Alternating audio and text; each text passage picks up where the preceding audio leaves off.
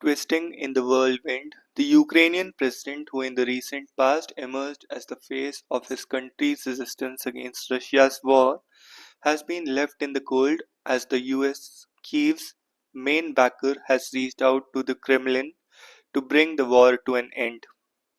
Our two nations are allies in this battle, Vladimir Zelensky said in his address to US Congress in December 22. We have to defeat the Kremlin. The struggle will define in what world our children and grandchildren will live. The Ukrainian president was accorded a hero's welcome in Washington, D.C., and both Biden administration officials and lawmakers declared their support for Kiev. Earlier in the year, while addressing the House of Commons in London, Mr. Zelensky compared himself to Winston Churchill, the British wartime Prime Minister, without directly mentioning his name. We will not give up and we will not lose, Mr. Zelensky said. Many hailed him as a modern Churchill. He was a brave face of Ukraine's dogged resistance against Russia's unprovoked invasion. The US and its European allies said they would support Ukraine as long as it takes. Mr. Zelensky believed them. Cut to the present. Mr. Zelensky went to the White House on February 28 to sign a minerals deal between Ukraine and the US. He was welcomed by his American counterpart Donald Trump at the Oval Office before the leaders, along with Vice President J.D. Vance, sat down for a meeting. What followed was an extraordinary public spat between the two presidents that was telecast across the world.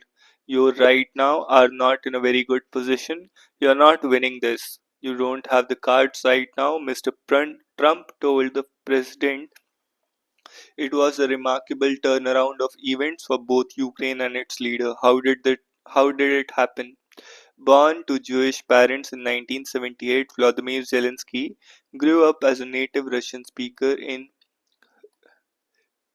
Kryvyi in central Ukraine. Joining politics was not even close to young Zelensky's imagination. He obtained a law degree from Kryvyi Institute of Economics but never took law as a profession. His interests were elsewhere, the world of entertainment.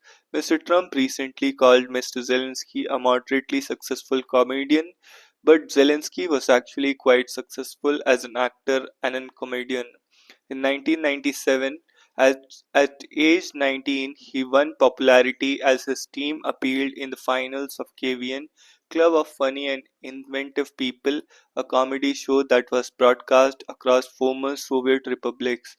He later co-founded a studio, Kvartal 95, and joined hands with Ihor Kolomoisky, one of the wealthiest Ukrainians who owned the popular One Plus One network. Mr. Zelensky won national acclaim for his role as a fictional president of Ukraine who fights the corrupt establishment in the TV show Servant of the People. It was this popularity that catapulted him to the center of Ukrainian politics. Mr. Zelensky promised to fight corruption, reform the system, make peace with Russia during the campaign, and won the second round of 2019 presidential election with 73% vote against incumbent Petro Poroshenko. But victory also put Mr. Zelensky in an unenviable position. 5 years prior to his election, Russia has annexed Crimea. Ever since, separatist civil war had been brewing in Ukraine's east. After assuming office, Mr. Zelensky had a telephone call with Russian President Putin and later announced a preliminary deal with separatists who were backed by Russia. In 2020, he declared a formal ceasefire, but none of these efforts brought to the fighting in Donbass to an end. The hard-right nationalists on the Ukrainian side, including the Azov Brigade and with neo-Nazi links, rejected the deal with the separatists, while Russia continued to back the latter.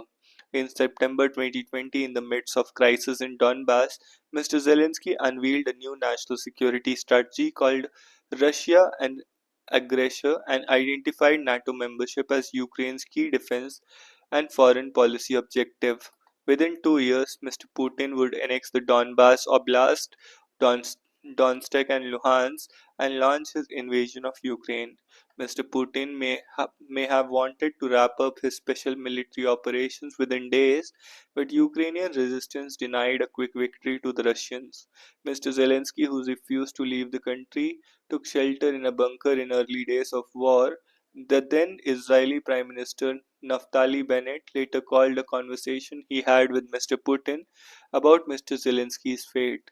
When he met Mr. Putin in Moscow in March 22, Mr. Bennett asked him if he intended to kill Mr. Zelensky, to which the Russian leader said no. Are you giving me your word that you won't kill Zelensky? Mr. Bennett asked again. I won't kill Zelensky, said Mr. Putin. Immediately after a 3 hour meeting with Mr. Putin, Mr. Bennett called the Ukrainian leader and said, I have just come out of the meeting. Putin is not going to kill you. Mr. Zelensky asked Bennett, Are you sure? He said 100%. 2 hours after their conversation, Mr. Zelensky took a selfie in his office and posted it with a caption, I'm not afraid, Mr. Bennett recalled in a YouTube interview published after he left the Prime Minister's office. The war turned Mr. Zelensky into a hero of sorts in the West, a man who stood up to the evil dictator of Russia. In March 22, Russians and Ukrainians were close to signing an agreement after talks in Istanbul to bring the war to an end, but Ukraine, egged on by the UK and the US, walked out of it at the last minute and preferred to fight on, according to various accounts by people who were privy to Istanbul talks. When the Russian troops were forced to withdraw from Kharkiv and later Kherson, Mr. Zelensky hailed it as a victory and vowed to liberate all territories captured by Russia, including Crimea. Ukraine got weapons worth billions of dollars from the West, mainly from US, but Mr. Putin, after the initial setback, announced a partial mobilization aimed at fighting a long war. In the following months, Ukraine started losing territories in the east. In 2023, Kiev launched a much talked about counteroffensive with advanced weaponry supplied by the West, aimed at recapturing the territory seized by Russia. But it turned out to be a dumb squib. Ukraine's fate was sealed in the months the counter-offensive failed, but Mr. Zelensky continued to put up a brave face. His narrative was that if Ukraine fails, the Russians will march towards the east, endangering Europe's security. But that was his plan A and B. It worked as long as Joe Biden was there in the White House, but Donald Trump returned to power with an entirely different agenda and worldview. Mr. Zelensky, who was almost entirely dependent on defense supplies from the US, was hardly prepared for that. Now, the Trump administration seems determined to bring the war to an end through a direct deal with the Russians, leaving Mr. Zelensky in the cold. He lost more than 20% of his country's territory. His troops are pushed back by the Russians on the battlefield. His country will not become a member of the NATO. He is not going to get any security guarantees from the US. And America wants a share of Ukraine's natural resources to recoup the aid it gave to the war torn country. On top of it all, President Trump now thinks Mr. Zelensky is an impediment to peace. He disrespected the United States of America in its cherished Oval Office. Mr. Trump posted on Truth Social immediately after Friday's meeting was over. He can come back when he is ready for peace. Zelensky, who presented himself as an alternative to corrupt establishment and promised to make peace, won the 2019 presidential election with 73% vote. After assuming office, Zelensky had a telephone call with Russian President Putin and declared a ceasefire in the east. In September 2023,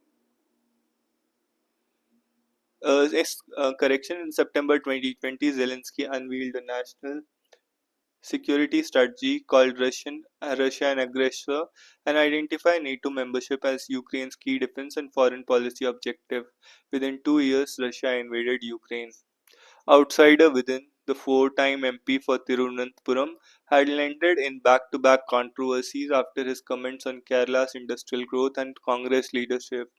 Literature has often been Shashi Tharoor's calling card, at times even more than his politics. But words have also been his Achilles heel in politics, right from the cattle class and holy cow comments in 2009, misinterpreted or otherwise. The four-time Lok Sabha MP's utterances and writings have frequently landed him in trouble, inviting the displeasure of the higher-ups in this Congress as well as fellow leaders in its Kerala unit. The latest instance came last week when, in a newspaper interview, he purportedly underscored the absence of a leader in Kerala's Congress unit and also spoke about options including speaking tours on and books if the Congress did not require his services. Though Mr. Tharoor later accused the newspaper of putting a fake spin on the Malayalam podcast to make it seem as if he was exploring political options. The damage was already done, partly due to the history of his run-ins with the state leadership of the party. The impression that he was making a pitch for a leadership role ahead of the 26th assembly elections did not help matters either. Controversy came close on the heels of another one. Earlier in February, he said US President Donald Trump's invitation to Prime Minister Narendra Modi was a significant development for the country.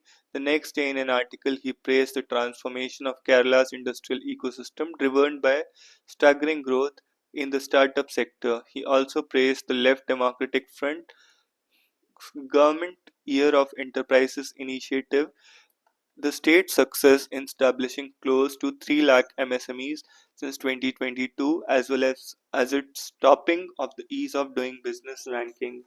Mr. Tharoor's article, published right ahead of the state government's Invest Kerala's Global Summit, came in handy for the ruling LDF, which used it to counter the Congress's dim view of the state investment climate. The state's Congress leaders, who were not obviously happy at the comments, scrambled to counter his views with the Congress's Kerala mouthpiece, Veekshanam, also leveling some oblique criticism in an editorial. The issue died down only after Mr. Tharoor had one-to-one meeting with Rahul Gandhi. Mr. Tharoor waded into politics in 2009, carrying him the glory of a flourishing literary career and a long stint with UN which ended in an unsuccessful bid to the UN Secretary General post. But right from his early days, he has an outsider tag struck to him, used openly by the opposing parties and more privately by his fellow party members. Yet he made up for the challenges he faced, including the not so friendly local party leadership, with his personal charisma. For four times consecutive terms, he has held on to the Tirunelveli Lok Sabha seat, which before his arrival used to alternate between Congress and the left. But since 2014, BJP has been giving him a close fight with the 24 election win by a slender margin of 16,000 votes. The outsider tag still follows him, as even local Congress members are not so happy about his prolonged absence from the constituency. Of late, Mr. Tharoor has been priming himself for an alternative and more ambitious roles, with opinions often at variance with the leadership. He has in the recent years consistently played a role as disruptor within the party. First as a G23 Congress leaders G23 who sought reforms within the party, and his current maneuvers in Kerala closely resemble his actions at the national level in recent years. Though Mr. Tharoor's intentions are barely concealed, it is not going to be an easy ride to the top for someone who has ruffled so many feathers within his own party. The conservative turn, the man who could become Germany's next chancellor, has promised to impose border controls, revive the country's economy, and keep supporting Ukraine and Israel. While addressing the media after the results of Germany's February 23 election were out, the leader of the leading conservative Christian Democratic Union and its Bavarian sister party, Christian Social Union, Friedrich Merz, opined that the staggering rise of the right wing alternative for Germany, with its vote share almost 20%, is a real warning bell. A real alarm bell for the political parties, however, for someone who has strongly ruled out any coalition with the AFD about the about to be chancellor was more than happy to receive support from the AFD, effectively breaking the brand manure or firewall that political parties have kept with the right wing post the Second World War. For the motions he raised in the Bundestag in January on restricting immigration and asylum. Mr. Mer's tougher stance on immigration has been seen as an attempt to some section of right-wing voters, especially in the East Germany, in light of knife attack carried out by an Afghan immigrant in the city of Aschaffenburg. Mr. Merz has promised that if he became chancellor, he would impose permanent border controls with all our neighbors and refuse attempts at illegal entry. He stated that knife attack was evidence of a failed immigration system. Mr. Merckx was born to an affluent family, with his father also being a member of the CDU. Mr. Merckx joined the CDU as a young boy and was briefly engaged in the military before becoming a lawyer.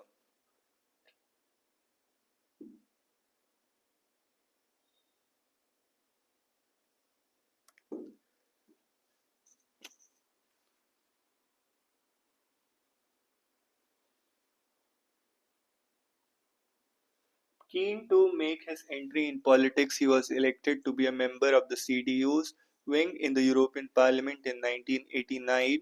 After being elected to the German Parliament in 1994, Mr. Merck established himself in the CDU as the leading economic policy expert and was favorite of the more conservative faction within the CDU.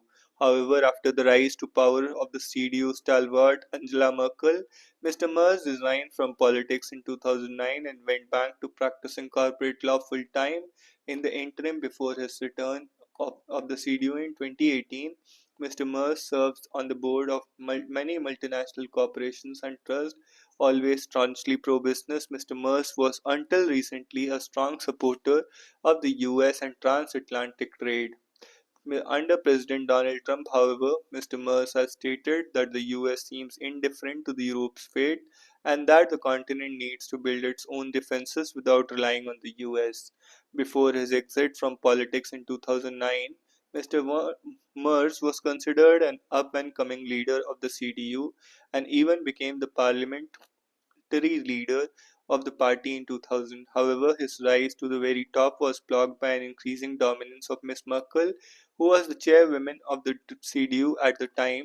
To Miss Merkel, Mr. Merz was a tad too conservative to be a centrist as she was, and after the party's electoral defeat in 2002, she removed Mr. Merz from his post as parliamentary leader. Therefore, it is unsurprising that his return to the party after Ms. Merkel resigned from the CDU leadership. After being sidelined by Ms. Merkel, Mr. Merz bid for leadership of CDU was thwarted twice, once in 2018 and other in 2021. He was finally elected party leader in December 21 and has shown himself to quite a different leader compared to Ms. Merkel. Central to this his vastly different stance on immigration in contrast to Ms. Merkel's open border policy. Apart from dividend policy and unpredictable US government, Germany's economic woes are aplenty. The economy suffering from the phasing out of cheap energy from Russia and strict debt break needs a major boost which Mr. Merz has promised to deliver by cutting down expenses on bureaucracy. Additionally, Mr. Merz, who is critical of the Russian regime, has offered all support to Ukraine. Mr. Merz is also an avid supporter of Israel and has said that he will invite the Prime Minister of Israel, Benjamin Netanyahu, to Germany after he becomes Chancellor in open defiance of the International Criminal Court's arrest warrant for Mr. Netanyahu. Japan battles its biggest wildfire in more than 3 decades. Japan was battling its largest wildfire in more than 3 decades on Saturday, one of the several blazes that have killed one person and forced an evacuation of more than 1,000. US federal workers received second email asking to justify their jobs. Sri Lanka gets fourth tranche of the bailout package from the IMF of $2.9 billion. Swiss to host conference on occupied Palestinian territories. Trump relationship can still be repaired, says Zelensky. Russia seizes two more villages in Ukraine's east. Uncertainty looms as first phase of truce due to expire. PKK declares truce with Turkey after 40 years of conflict. Outlawed Kurdish militant on Saturday declared a ceasefire with Turkey following a landmark call by the jailed PKK leader Abdullah Öcalan, asking the group to disband and end the 4 decades of armed struggle. It was the first reaction from Kurdish Workers' Party (PKK) after Mr. Öcalan this week called for dissolution of the group and asked it to lay down arms. 23 Ahmadis arrested for offering Friday prayers in Pakistan. Trump likely to sign order designating English as the official language of the US.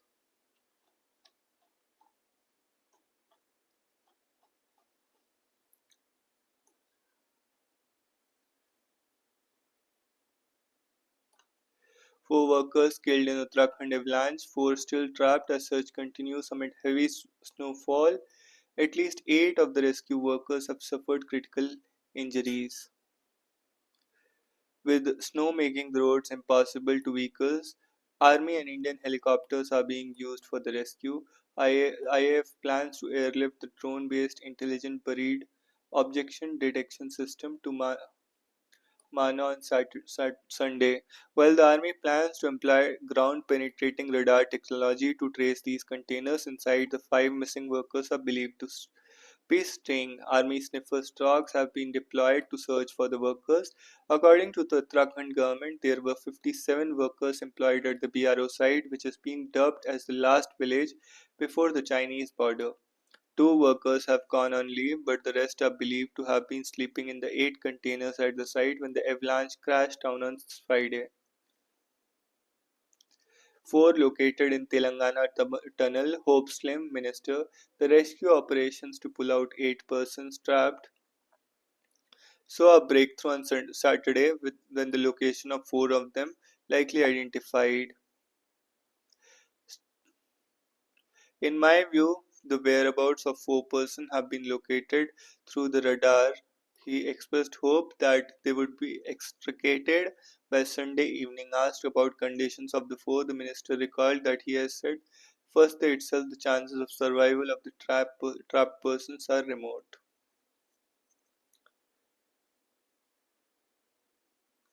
Delhi Environment Minister Maninder Singh Sirsa on Saturday announced several measures to curb bad air, including a ban on overage vehicles from refueling from March 31. Ban on overage vehicles from refueling from March 31. He also attacked the previous AAP government for using less than 32% of the fund given by Centre to improve Delhi's air quality. Take steps to ensure free movement on all Manipur roads. Shah Union Home Minister Amit Shah on Saturday chaired a high-level review meeting in New Delhi with top security officials over the security situation in Manipur, during which he directed authorities to ensure free movement of people on all roads across the state from March 8. He is also said to have directed early completion of fencing of Manipur's borders with Myanmar and dismantling of the drug network. He is also said to have directed early completion of defencing of Manipur's border with Myanmar and dismantling of the drug network. The review meeting comes a day after Manipur Governor Ajay Kumar Bhalla extended the period for civilians to voluntarily surrender looted and illegal weapons without threat till March 6. Mr. Bhalla had on February 20 issued a call to surrender the weapons. Several weapons surrendered were arranged, including the one in which armed radical Meitei group Arambai Tengol surrendered around about 250 weapons. In addition to directing officials to ensure free movement on roads, Mr. Shah called the strictest of actions against anyone creating obstructions, according to a statement issued by Union Home Ministry. The entire network involved in the drug trade should be dismantled. At the meeting, Mr. Shah added that the center remains fully committed to restoring peace in the state. Minister to visit US tomorrow for trade agreement. Commerce and Industry Minister Piyush Goyal will visit Washington to negotiate a bilateral trade agreement. India and US announced their commitment to more than double the two-way commerce to $500 billion and negotiate the first tranche of the mutually beneficial bilateral trade agreement by the fall of 2025. European leaders voiced support for the Zelensky after Oval Office fiasco. No fuel for overage vehicles in city from March 31. Sirsa.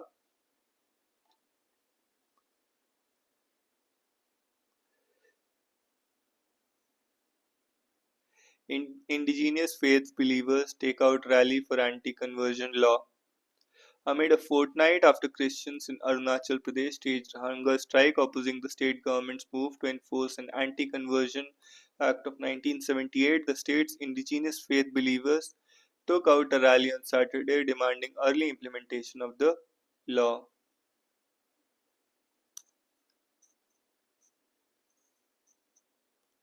Pay compensation to construction workers hit by GRAP, says Supreme Court. The Supreme Court has directed Haryana, Uttar Pradesh, and Rajasthan to pay compensation to construction workers wherever they are hit by the closure of activities due to graded response action plan measures in the Delhi NCR region if there is no specific order on it. As far as 24 and 25 are concerned, we have issued directions to the state to pay compensation. We make it clear that hereafter, whenever construction activities are required to be closed due to implementation of GRAP measures, compensation shall be paid for the affected work in terms of directions issued by the court order dated November 24, 2021.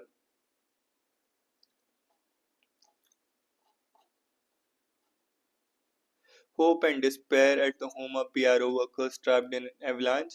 Most workers hail from families in Bihar are living on a daily wage. Russian-Ukrainian ministers may attend Raisina dialogue in Delhi. The showdown between the US President Donald Trump and Volodymyr President Zelensky in the White House on Friday, and the events that follow may not directly impact India, but they could set the stage for fiery encounters in New Delhi later this month as the Ministry of External Affairs presents the next edition of the Raisina Dialogue. Ukrainian Foreign Minister Andriy Sybiha and Russian Foreign Minister Sergei Lavrov are both invited to the dialogue organized by the think tank Observer Research Foundation in Delhi. The chief guest for the event from March 17 to 19 with the New Zealand Prime Minister Christopher Luxon and a number of European ministers.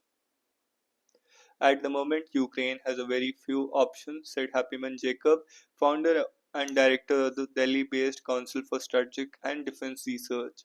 The Russian battlefield victories, rapidly declining support from the US, and pressure from the Trump administration to negotiate a deal with Russia have put Ukraine on the defensive. Man invites SKM for meetings on Monday, 2 days before sitting.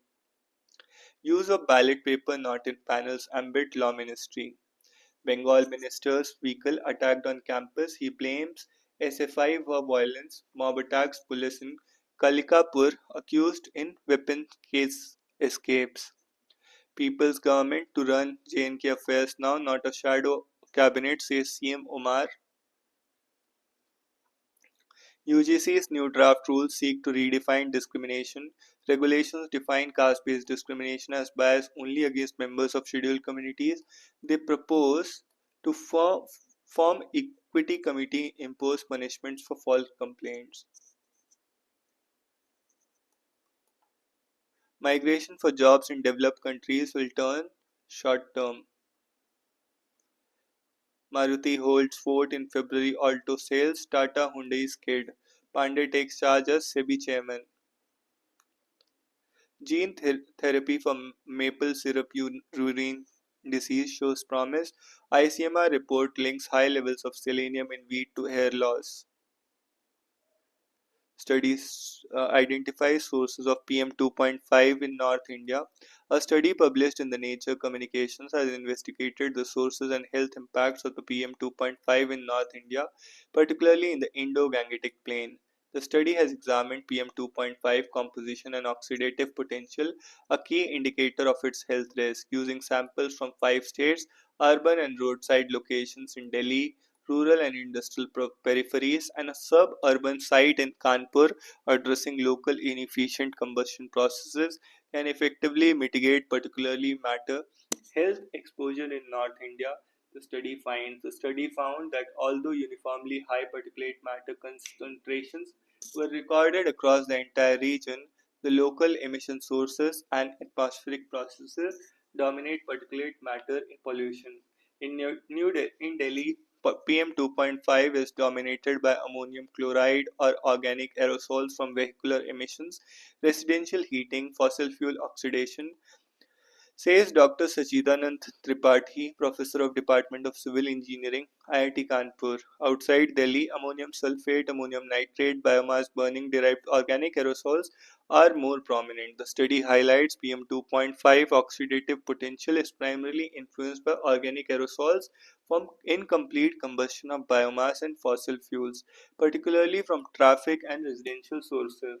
This trend is observed across all locations, emphasizing that inefficient local combustion is a major contributor to PM 2.5 related health risks. Hydrocarbon relate like organic aerosols originate from fresh vehicular tailpipe emissions. The study found that highest average hydrocarbon like organic aerosols concentrations 8 microgram per meter cube were recorded at the urban roadside in Delhi. The hydrocarbon like organic aerosol concentrations do not show great variations across seasons. Consistent with previous studies, the current study found that hydrocarbon like organic aerosols are primarily from traffic and contribute to 20% of the total organic aerosols mass, with relative contributions from the warm season. From 20%, the contribution from traffic can increase to 40% at an urban roadside.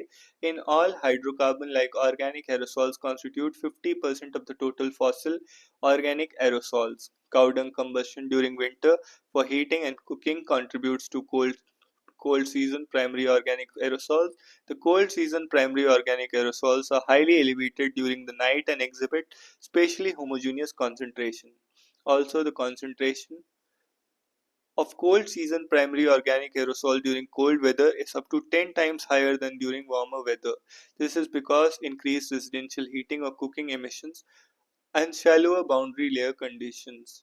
Urban oxygenated organic aerosols are affected by both fossil emissions from vehicle exhausts and non-fossil emissions from cooking and have similar concentration levels across seasons.